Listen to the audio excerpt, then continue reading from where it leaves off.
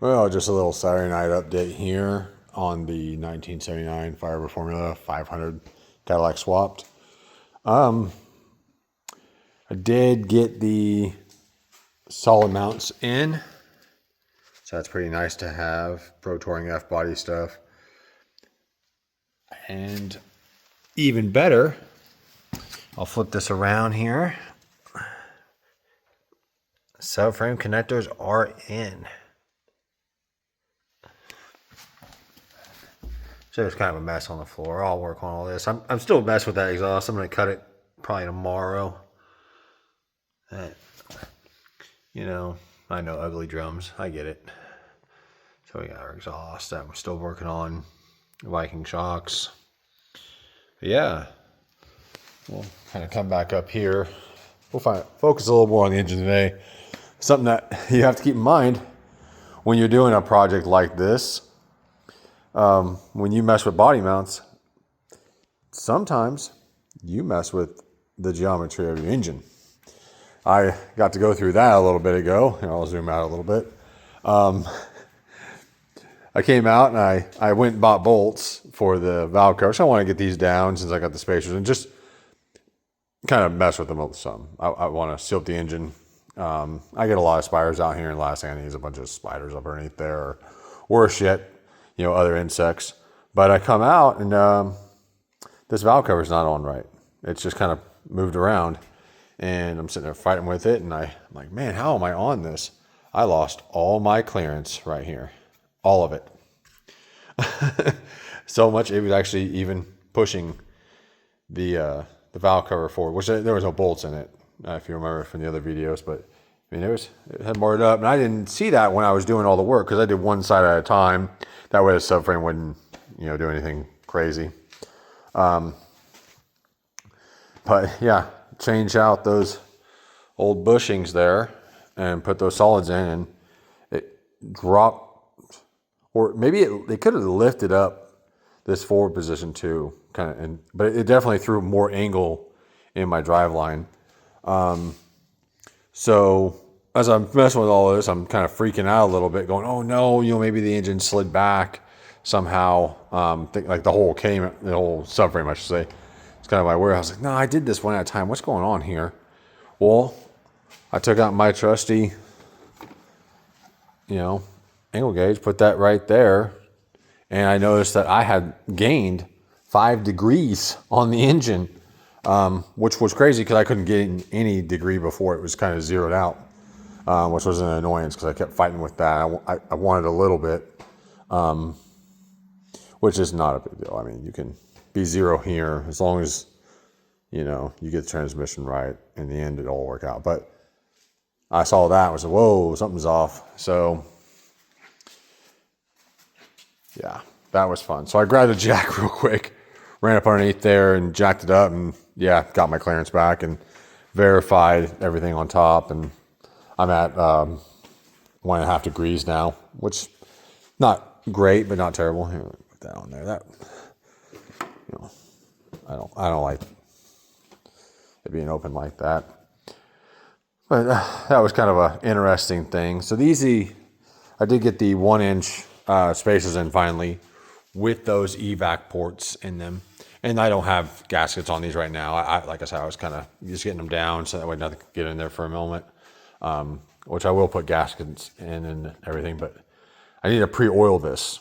That's very important still. That has not been done.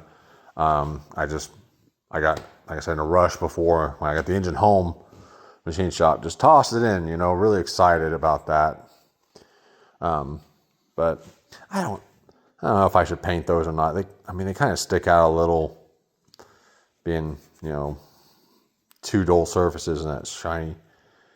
Maybe I should. Yeah, I should scuff them and black them.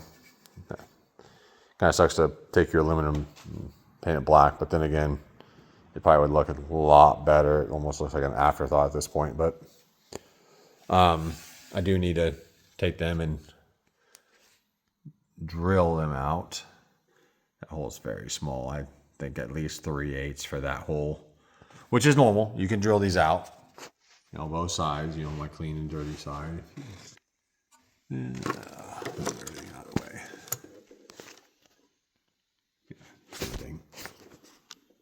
There we go. Look at that. I accidentally zoomed in there. Let's fix the camera. Yeah, so, but I'll take them off. I'll drill that out before I finish up. Those are 3/8 MPT. So I need to go get 3/8 MPT for there. I got to get one for there. I did get that -10 to 3/8 barb. I had to order it. They were like, no, like $14 or something. A little, probably more money than what they really should be for that bullshit. But it is what it is. But everything else is looking pretty good. Yeah. I mean, we got clearance for days. Like I said, I'm going to take that tie back. I'm going to work tomorrow. I got some time this Sunday to work more. So I've got that neutral safety set up. I'm going to do that and square away the last bit of this, and I'll go get a couple barbs mainly for that. I want to go and close off that system. And I'm still, I probably need to make that's a little too stiff. So I'm going to cut that down, cut this barb down, this T down. That way I can give it a little more hose to flex more.